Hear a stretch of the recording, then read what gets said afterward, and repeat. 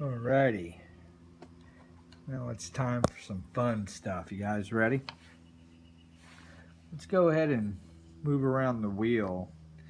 I made up this little bridge rectifier, and we're coming into the positive side of it is the start of this coil. The negative part of it is the end wind.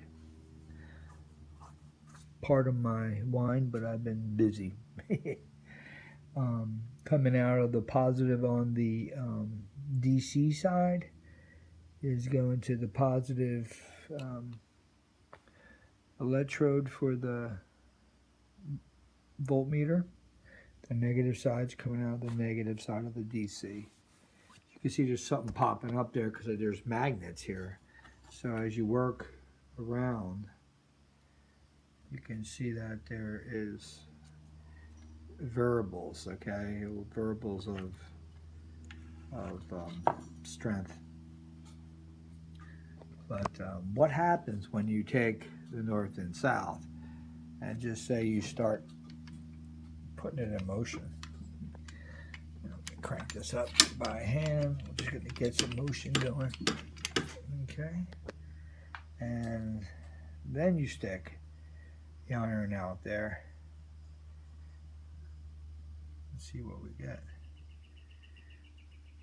So we get some good power. Now I'm bringing it a little bit closer. And as I bring it closer, it obviously goes up. When I made this wheel, I don't have it perfect circle, so I'm about 1/4 inch, maybe a 1/4 inch off on either side, which really, to me now, bothers the heck out of me. As many times I put together this wheel and took it apart, I should have at least made it a perfect circle, but I'm off just a little bit. So back on over here. Now let's go ahead and take this bar and stick it above. And here you can see where obviously, okay, we got some good power coming out of the top. So I'm just touching the top and we're popping up. So now if I start breaking free, so if I go in between the north and south, I bounce back and forth. See, it goes up, and it's all about the approach too, because like I noticed that the iron core really likes to be towards the end, and if you stick the end on there, look, it comes up really good. Okay, I'm just probbing in and off and on it. If I go real fast off, and you can see it going up. Okay, now if I do the same thing over here, it goes up. So that's a motion going in and out, because the field of lines here, because this is a north, that's a south, you'll have the south chasing the north, so the direction of lines would be going this way. And then over here you would have the south chasing the north, so the direction lines would be going this way. So basically you would have your lines here would be going from the south this way to the north, and from this south this way to the north.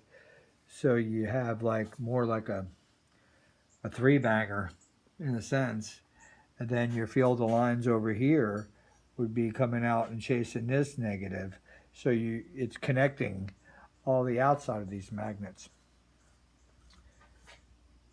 So let's go back to my little proby thing I made here. So because of the magnets are pretty, I ain't gonna say they're strong, but I'm gonna say it's enough for me to gauge here on this iron core and see what's popping up, so I can design the coils to go around the wheel. Now, the best results so far is like the Model T Ford, where you have your copper, your core close, and then you let's put some spin on here, then you get on the top.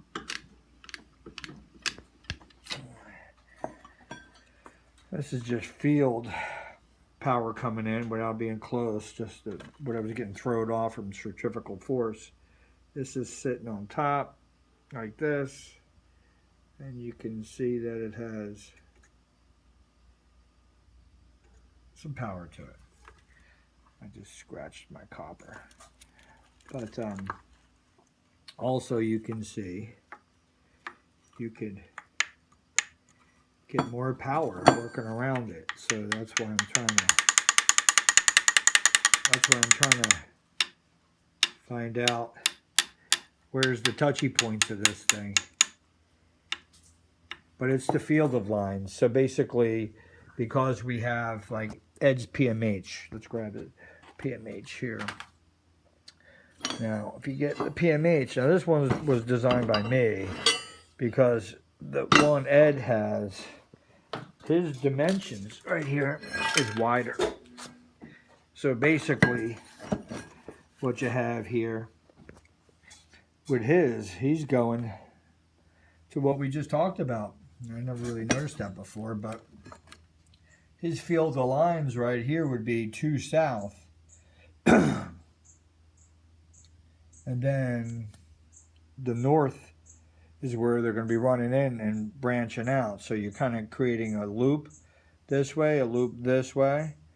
Then you're having the same thing loop this way. But your field of lines, you got to look and see what direction. Like right here, we know out here, this direction's heading this way.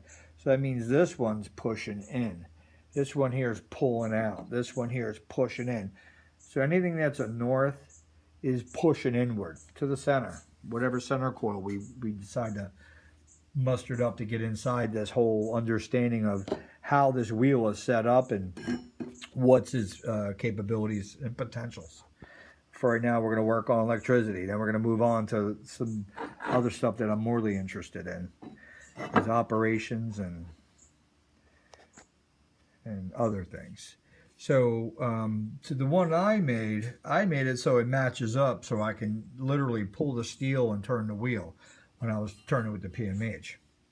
Now, picking up power with the PMH, if I wind the right coils on here and have this set up, pretty much this is like making a closed circuit because it would line up the iron to iron. This is what I'm leaning towards in the big picture, but not such big coils, but little PMHs. Little PMHs. I almost want to say something like that completes the circuit, but it's going to have another come out here and then connect to that one. So I'm tough to decide right now because I don't want to, stuff takes time. I don't want to just build and not have it be what I want it. Here now with Ed's PMH, here we're pushing 2 negatives and a positive in the center. So your positive here is coming across lines that way and across lines this way, and now you're pulling.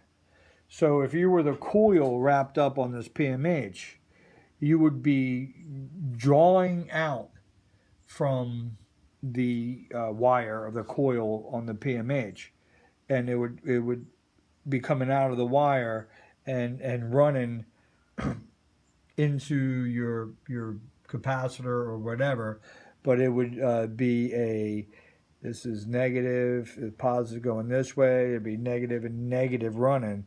So when it comes to its place, it's going to be a positive energy because it's a negative magnet, I believe. And then when you turn this to the next one, which will be 2 positives and negative, you would have the positive chasing over to the negative. Same thing over here. So now you will be drawing into the positive into the coils. And then on the next stroke, you would be sucking it out. So these coils I'm talking about. So pretty sure that's how this sucker would work with sorry about that, guys, with this PMH, Ed's PMH here versus mine. Wouldn't be able to do that. All right, I'm going to leave that on a good note there, guys. You can see I got that thing just laying down there. And here I just turned the wheel and just picking up energy because of make and break. Pretty interesting stuff. Well, this is where the fun begins because we're going to build coils. So the idea is however these coils are designed, that we're pretty much going to complete the circuit for each individual setup. So I want the back part here to be shaped like a U. So the back pickup here would be small, but it'd be a coil. And when that lines up, that would give the coil a chance to either be charged or be released. If you really think about it, these coils are like two plates. So they're pretty much like a capacitor. So what we're doing here is charging each plate on each other stroke. Leave your comments, guys. Any comments? I thrive on them. Bye.